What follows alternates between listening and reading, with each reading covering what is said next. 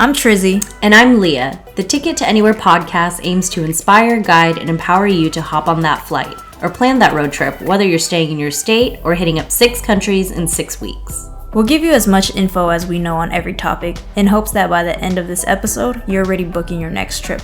Follow us on Instagram and subscribe to our YouTube channel for a visual podcast, Ticket to Anywhere podcast. And subscribe to our podcast on all streaming platforms, Ticket to Anywhere podcast. That's Ticket 2 Anywhere podcast. Welcome to the episode.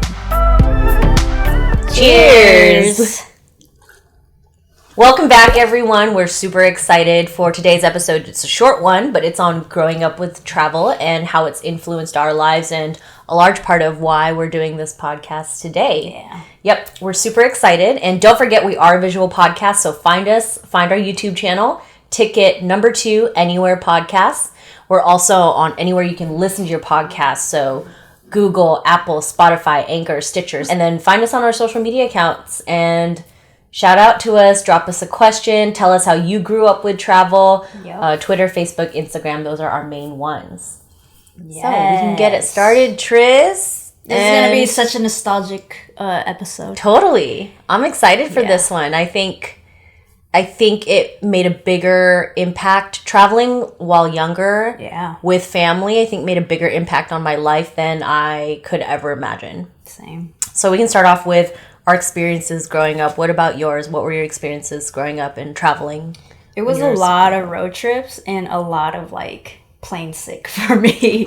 Oh. I was one of those kids where I couldn't read a book on in the car or on the plane.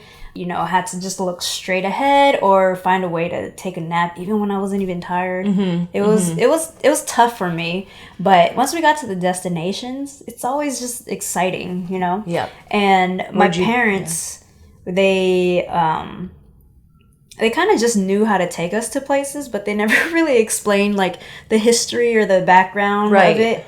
And so, you know, as I got older, I kind of figured it out all myself and stuff like that. But, you know, I do appreciate and very grateful that our family was able to take us to places that had the means and Yeah. So where did you go? We went to Oahu a lot, which is not a bad spot to go. Did a lot of Vegas. My dad loved Vegas. And a lot of Los Angeles because I had cousins down here, so we stayed with them. And drove down to Portland a lot because I played basketball with this Asian rec league, and we always had an annual tournament there. Mm-hmm. And those were the main places, but we did one of the unique places that I would say is Cannon Beach, Oregon. Nice, yeah. It's about a 4-hour drive from Seattle. And from what I remember, it was very gloomy. The sun kind of peeked out every here and there. But we rented these tricycle things that were low rider tricycle, and just got to ride it on the beach, the sand. So it was nice. And it was kind of like a cute town too, from what I could remember. It was similar to, I don't know, Danish town or something. Yeah. But those were the main spots. And then as we got older and as I took basketball a little bit more serious, we went to Phoenix, Las Vegas again for national tournaments, and also out to New Haven, Connecticut. And yeah, it was fun. Those were with friends and with one of my parents. Family, yeah. So that was also very exciting because it's oh man, I get to travel with my friends. Yeah, yeah, of course. So, in junior high and high school, that's so fun. Yeah. Road trips were a big thing for my family. Mm-hmm. And I've been to every single national park west of the Mississippi. Every single one. From Vancouver down to San Diego, all the way out to the Dakotas. I've covered every single state west of the Mississippi. I'm going to drink to that because that's a good accomplishment. We have the magnets to prove all of it. That's so cool. So national parks were big for my family. And this was in the 90s. So growing up, traveling, I felt was very easy, very accessible. Yeah. Gas wasn't too crazy compared to how it is now. So road trip was what it was. But besides national parks, we've been to Alaska twice. We've been to Hawaii 4 times. We've been to We did a really cool road trip throughout the Northeast where we landed in Boston. We did Cape Cod, came back around through Massachusetts, went up to Vermont, New Hampshire, Maine, Connecticut, Rhode Island, and back down to Massachusetts. And there we did the Basketball Hall of Fame. We did the Baseball Hall of Fame in Cooperstown. On a separate trip, we did the Rock and Roll Hall of Fame in Ohio. That was when we did the Midwest. Yeah. I've also done the College Football Hall of Fame down in Atlanta on my own, and that was an adult trip. That wasn't part of my childhood. But just to mention how many Hall of Fames I've been to, and not that I care about any of them. What a memory. I know. We also went to the Glass Museum in Corning, New York, or Corning, I think that's the name of the city. We did Disneyland at least twice a year growing up, and growing up in a family of 3 other siblings plus myself, like Disneyland was well worth it. Yeah. This was when parking at Disneyland was, like $15 a car. So very affordable, but we'd spend a lot of time at Disneyland just because where I grew up was probably like an hour and a half drive. So not far at all. So we did this is a cool tradition, Vegas every year for spring break. For 15, 16 years, Vegas every year. That's wild. Yeah, it was wild, but it obviously isn't the Vegas as an adult. But growing up, Vegas had, M&M. They still have some of this stuff, but it means more to you when you're a kid. Yeah. Circus, Excalibur, M&M World. They had the Mirage Pirate Show, or Treasure Island Pirate Show, Bellagio Fountain. So there's a lot to do on the Strip when you're a kid, and there's the pools during the summer. But every spring break, like clockwork, we'd be in Vegas. Yeah, and those were kind of like normal things for me too in Vegas. You got to watch all those shows, even though you've seen it like multiple times. Yes. I've also been to weird places. Not weird. Well, I guess weird if you think about it, but cool places, like things. Been to the Cape Cod potato chip factory and the Ben & Jerry's ice cream factory as well. Cool. Mm-hmm. We've been to Tillamook in Oregon. Okay. Busch Gardens in Vancouver. Nice. Mount Rainier, Mount St. Helens, a lot of mountains. Yeah. Everywhere you can think of in California. And that's actually California's a whole different episode. That's right. But this is what our road trips included. We've been to the Four Corners. That is insane. Mount Rushmore. Ooh. Yeah, all these like iconic things. You should get your own little national park passport and just like stamp it yourself and see. I know, man. So, did your family on your trips or anything have any interesting or unique habits or things that would happen often or every time? Or things that only happened on trips? I would always get sick, so that is motion sickness. Yeah, boats, cars, planes. But I'm better at it now. Yeah, thankful for Dramamine. And I mean, kind of like I'm sure your parents were the same. Asian parents are all the same, very frugal. They pack their lunches, pack their food, pack their drinks. But I think when it came down to Oahu, we were a bit more willing to splurge. Los Angeles, when we did come down, I would say always Chinese food. They would go down to the Orange County area, in that Vietnamese town, Garden Grove, Westminster, they wanted food. I worked there. Oh, did you? I worked at the Old Navy in Westminster during college. Oh, that's right. That's right. Yeah. So it was, and we'd also always want to hit up every single Chinatown in the cities, any cities that we went to. Actually, my family did that too, though. Yeah. We did that also, Yeah, the Chinatown area. Yeah, absolutely. And I feel like I secretly kept with that tradition because, I went to Philly earlier this year. And I was like, I want to go to the Chinatown. Yeah, why not? I mean, apparently you got to get to it in Bangkok now as well. Yes, I know. So, I love it. Yeah, and that's about it. They did a good job of meeting family members or old friends too. Oh, wherever whatever you went? cities that we went to. Yeah, and I'm like, I think that's important. Keep in touch? There was no Facebook back then. Yeah. Phone call. Pick up the landline. Is it the yellow pages? I don't even know how that works. Let me see if they're still in here. Yeah, it's crazy. Oh, that's really good. I think that's important because when you're younger, you're soaking all of that up. They're like, you see, wow, they keep in touch with this friend who's been in their life for years now. That's sure. That's really important. That's good. Mm-hmm. Cool. Yeah. So those are about it that I can remember. I love it. Yeah. I love it. The habits, man, that my family had, habits and traditions. We went on a ton of road trips. Every single year. And that's actually how my favorite band is the Eagles. Okay. Which is interesting to me because I listen to a lot of hip hop and R&B. Right. And when people discover that my favorite band is the Eagles, I'm like, well, it's because I would listen to them for 3 weeks straight at least every year.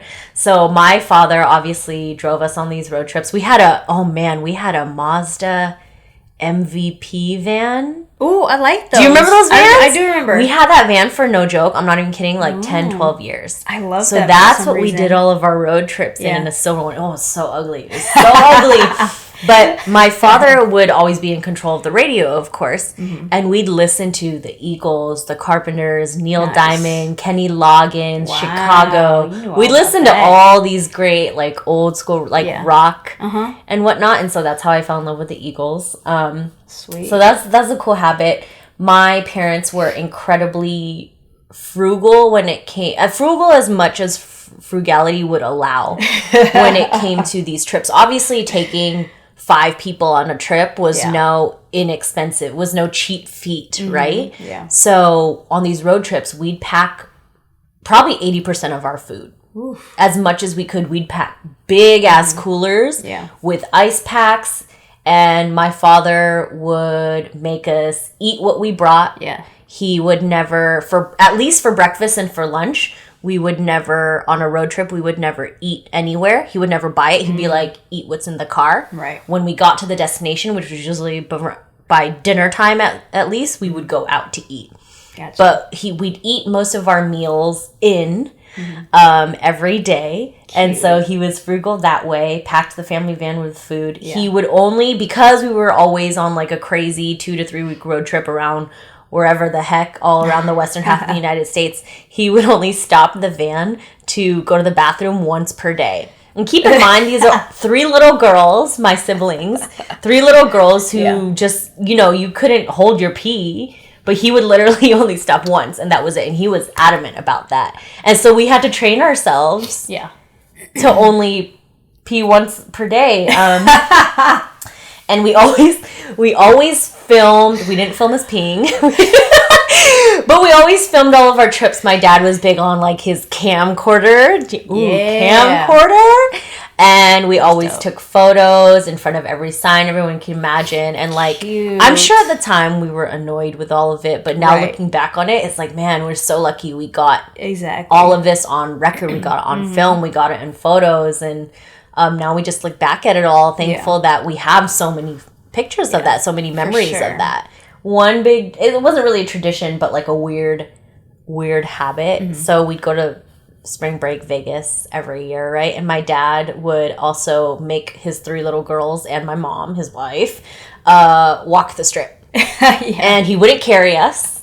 And the strip is like a mile or more, like maybe 2 miles. It probably feels like 3 miles for little girls. Yeah, we'd walk up and down. He would never carry us. He'd be like, "You can do it." He's like, "You guys play soccer. So you can do it. You're fine." I mean, then he would let us go pee as much as we want, but he would make us walk up and down because once again, the frugality. Yeah. No, we're not taking a cab anywhere. No way. Why do that when you can walk and see the sights? I think those were like cute habits. Yeah. Yeah. Yeah, I mean, it's just the way every family's different. It's very character building, it seems like. It is. It is. And I mean, I think walking is just not a cultural thing, truthfully, for Americans. And my dad decided to, like, break that barrier when we were younger. Yep. So it's helped us travel the way we do now. We try to walk everywhere you can. There you go. So did you have a, like, most exciting place you went to? I did. And I think it was because it was different from Oahu, which we went 2 or 3 times, and Vegas, which we would go every other summer, and Los Angeles, which we go every other summer if it wasn't Vegas. So I was excited, and I am still in love with Phoenix, Arizona. Oh, yeah. Just because we went there, I went there with my friends / teammates for one of our basketball tournaments. We won 5th place national out of like 70 other teams, and I love hot weather. Hence, this is why I moved from Seattle to Los Angeles. Do you really love hot weather? I love hot weather. So, I don't like humidity. So do I. Oh, okay. Humidity is what I can't. Like, if it's hot and dry, so like the desert, you're okay with? Yes. Okay. The desert, I'm happy with. I love the burning of my feet when I hit the sand. But yeah, Phoenix was just fun. I think it just brought good memories, like very accomplishing memories, and basketball was like a very important sport aspect of my life. Yeah. Well, when you're winning tournaments out there, no wonder you love a city. It's associated with that now. And I want to emphasize that we were mostly short Asian girls winning national 5th place out of 70 other teams, and that's awesome. That was great. Bring the glory back to your hometown. Exactly. I would say we were somewhat of a pioneer. So I still love Arizona, Scottsdale, Phoenix, Sedona. There's like tons of other places that I want to go to in Arizona. Cool. So yeah. Love it. Love it. Yeah, what about you? What's your most exciting place? Most exciting place? Honestly, I really loved every trip we went on. And I think when you're younger and in so much awe and wonder, I think you, one, don't grasp how important each place is, and you don't grasp the history and the context of everything. Yeah. Because you're young, right? I obviously wasn't as appreciative of it as a child. I mean, as much as I say I loved it, there were many times where I remember screaming, like, are we there yet? I don't want to be here. Don't want to take the picture. I'm hungry. I'm tired, etc. My bladder's full. Yeah. But I don't think there was ever... I don't know that I had a favorite. I was just... We did so much that it was just always on to the next thing. And it was a cool tick off the bucket list. Yeah. I think the fact that both of us were able to travel for as much as we did every single year growing up, I think that's a big blessing, and it's a privilege, and we were very, very lucky that our parents were able to provide that for us. Definitely. Because, I know people that hadn't left their state until they were adults. So I think something that I realized as an adult is that we were so lucky to experience that when we were younger. You don't know, and you don't realize that when you're younger. Right. You're just like, oh God, another 3-week vacation. Yeah. Away from my friends. Yeah, away from my friends, or away from my toys at home. Because, there was no internet back then. Right. We didn't have no phones back then. We had nothing. We had the radio. Yeah, that's true. Now I'm just making it sound old. The radio. And a CD player, or a cassette tape. Yeah, or some games. We'd play We'd play obviously all the road trip games. Who can see a blue car first? Slug bug. Yeah, exactly. So, not one experience stood out. Probably, if anything, the Alaska and Hawaii trips, obviously, because those were very, very far. Yeah. Oh, yeah. Very far. And those were actually taken always with extended families. So, aunts and uncles, and sometimes cousins, but grandparents as well. Yeah. Cool. Did you see the Northern Lights when you were there? No. Okay. No. What part of Alaska then? We went to Anchorage. Okay. And, oh my gosh, the first time we were there, Denali National Park, which is an area. But then the second time we went was on a cruise where we stopped in a few different ports, and we took off from Seattle. Oh, nice. Yeah. Dope. So we just spent a day there on the way back. Actually, we spent a day also in Canada on the way back. Cool. In Alaska, which was amazing. It's where I fell in love with fish and chips. Actually, my first trip there when I was 12. That's where I fell in love with fish and chips, was Alaska. Still my favorite meal to this day. Aww. Yeah. I will never get to experience that because I don't eat seafood. But I guess if I ever want to, right? Alaska would be the place to try. Absolutely. Because it's so fresh. Catch it right there. Ooh. 100%. Okay. And if you're thinking about going next year... Oh, yeah. Might as well. We'll see. Yeah. I'll have to mentally prepare myself for Mentally prepare. Or just have someone else order it. You can try some of their food. That's true. Low commitment. Yeah. Low financial commitment. On your... Smart. And then I'll eat all the fries. Yeah. See, the frugality still sticks with us. Just eat someone else's food. You're fine. True. So how has the way that you traveled when you're younger influenced the way you travel now? If at all. Yeah.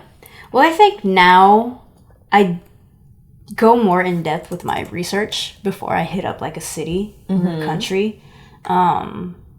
Just because, you know, like I mentioned, my parents were kind of just like, let's go here. And then I didn't know like the culture of the history of the places that we went to. But now I know more about Oahu. I know more about Arizona, Connecticut, and Vancouver, Vietnam and stuff. And I'm just like, okay, I've been to Vietnam, but maybe I want to go back to experience it in a different way. So I can learn more about their culture. And there's different places now that I want to go see there. Sure. So yeah, I would say probably just learning the culture of it, learning the history of the cities, and more facts before I hit it up. Yeah. So yeah. That's interesting. Yeah. I realized my parents never really prepped us for trips either. They're just like, we're going. Yeah. And like, you're a kid, you're not going to argue with them. Right. And but how did you, it seems, unless you looked back into all the places that you went to as an adult, but you seem to know a lot of like history behind the places, like, I mean, we've been to the Grand Canyon twice, and I couldn't tell you the history of the Grand Canyon. And we've been to Alaska twice. I couldn't tell you the history of Alaska. Gotcha. So I think, I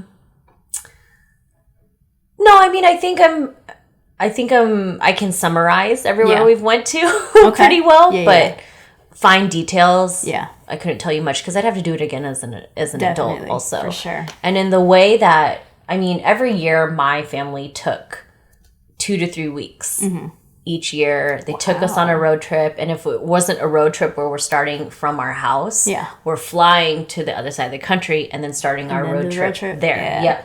And for 15 plus years, my family never skipped a year. And so, like I mentioned before, incredibly lucky that my parents were able to give that to us. Sometimes, you know, they dragged us along because we were like, oh, away from our friends. But man, like, to be able to do that every year, such a blessing. And I think that stuck with my sisters and my brother and myself nowadays. And we travel as much as we can, even on weekend road trips. And my parents, they're not CEOs. They don't own their own businesses. They're blue collar workers. They work for the post office. So to gather all those funds and take 5-6 people on a trip every year was really great of them. And you know, this was in a time where things were different. You know, cost of living was different. Right. And even my mom, like, she came here from the Philippines in her 20s for a better life. So for them to be able to give this to us was really cool. And I think the biggest thing that it taught me was to always take that time, spend it with family, spend it with loved ones, spend it on experiences, and take that trip. Like, I think that was the biggest thing that it taught me. It definitely taught my dad being frugal part of it. Like, definitely, it really conditioned us and trained us that you don't need to eat out and buy food for every meal, for sure. And even in my daily life, I probably go out maybe like twice a week. Yeah. I'm really good at making everything at home and grocery shop a lot. Right. So, but yeah, definitely take that time, take that experiences. They were good at setting aside like 2-3 consecutive weeks and being like, all right, we're going. Yep. Yeah. Because you know why? Because they had the vacation day and they used it. Use them. Yes. As Trizzy likes to say. Yes. I like to emphasize that. Yep.